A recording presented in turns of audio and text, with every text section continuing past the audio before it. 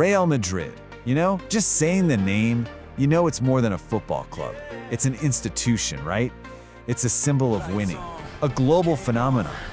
But what's the secret sauce? What really makes them a legendary dynasty? Well, it's a mix of history, power, and this incredible will to win. Let's dive in and break it all down. Okay, to really get a sense of just how massive Real Madrid is, let me start with a question. And I mean, forget just football for a second. What's the single biggest, most dominant sports club on the entire planet? Well, you know, there's no simple answer to that. It's not just one thing. It's more like a recipe, right? You've got a dash of royal decrees, a huge helping of legendary superstars, and a trophy cabinet that is just overflowing with gold. It's a legacy built on some seriously powerful pillars. So, to really understand this empire, we've got to go back, way back, back to the beginning. How did this club from Madrid become, well, royalty in the football world? We're talking about a history that stretches back more than 120 years. I mean, they were founded in 1902 and grabbed their first big trophy only 3 years later. But here's the real game changer, 1920. That's the year King Alfonso XIII gave them the title Real, which means royal. And just like that, the club was forever tied to the Spanish crown. It totally set the stage for what was to come. And speaking of building a brand, you really have to talk about two guys. First, Santiago Bernabéu, president for an unbelievable 35 years. He literally built the stadium that's named after him and created the blueprint for conquering Europe. Then, fast forward a few decades, you get Florentino Pérez. He took that blueprint and supercharged it with his Galacticos idea. Basically, just sign all the biggest superstars on the planet. Think Zidane, think Ronaldo. You've got two different architects, but they were both building the exact same thing, an empire. Okay, so having a royal name and all the star players is great. But let's be real, a dynasty is all about one thing, and one thing only, winning. And when you look at Real Madrid's record, wow, it's just staggering. Just look at this number, 105. Let that sink in. That is the total count of major trophies Real Madrid has hauled in. It's a number that's almost hard to wrap your head around, and it puts them in a league of their own. And what's so wild is how they've won. It's not like they're just dominant in one single competition. Nope, it is across the board.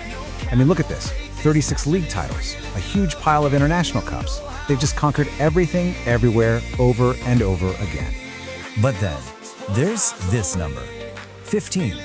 This might just be the most important number in club football, 15 UEFA Champions League titles. To put that into perspective for you, no other club even has 10. It is the ultimate trophy, and honestly, Real Madrid pretty much owns it. And this just shows you how much they dominated at home. Just look at that gap. 36 La Liga titles. They're just miles ahead of their huge rivals, Barcelona and Atletico. For more than 100 years, it's been simple. If you want to be the best in Spain, you have to go through Real Madrid. But you know, the dynasty isn't just about the history books or the trophy cabinet. There's something else, an aura, a kind of magnetic pull that just sucks in the world's best players. It's the place everyone wants to be. So, what is it? Why do the best of the best dream of putting on that famous white jersey? Well, it's a whole bunch of things, really. It's the prestige, it's the legacy of the Galacticos, it's playing in that legendary stadium, but more than anything, it's the promise of chasing Champions League glory. It's the closest you can get to football immortality. Hey, but don't just listen to me. Maybe the best way to really get it is to hear from the legends themselves. We're talking coaches, players, even their biggest rivals. Take Jose Mourinho. He coached them, and he absolutely nailed it.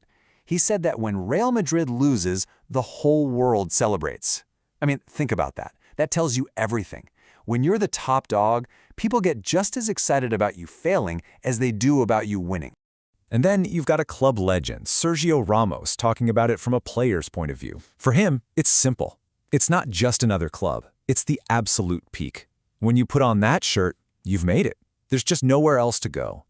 But for me, what's really incredible is hearing it from your rivals. The legendary Franz Beckenbauer. I mean, this guy is an icon from another giant club, and even he admitted it. Real Madrid is just different. They're on another level. They're the team everyone is aiming for. All right, but let's be honest. A dynasty this huge isn't just built on good vibes and history. It runs on money, a lot of money. And the financial engine behind this club is just, well, it's almost hard to imagine. Let's check out the numbers. Just get a load of this number. Over 1.1 billion euros. That's what they're projected to make in revenue for the 2024-25 season. This isn't a football club anymore, it's a financial juggernaut. And that kind of cash lets them keep this whole thing going, year after year. And this table really puts that into perspective. Look at them compared to the other big guns. They are just playing a different game financially. And that power, well, that's what lets them buy the best players, build the best stadiums, and basically just outmuscle everyone else before a ball is even kicked. So where does all this cash come from? It's basically a three-step formula. First, huge commercial deals, sponsorships, selling shirts, you name it. Second, massive TV deals. And third, they're squeezing every last penny out of their amazing new stadium on match days. It's a perfectly tuned billion-euro machine.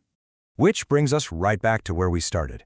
You've got the royal history, the endless trophies, that magnetic pull for superstars, and the billion-dollar engine making it all happen. You put all of that together, and it really only leaves you with one final question. After a century of this, is the Real Madrid dynasty just unbreakable?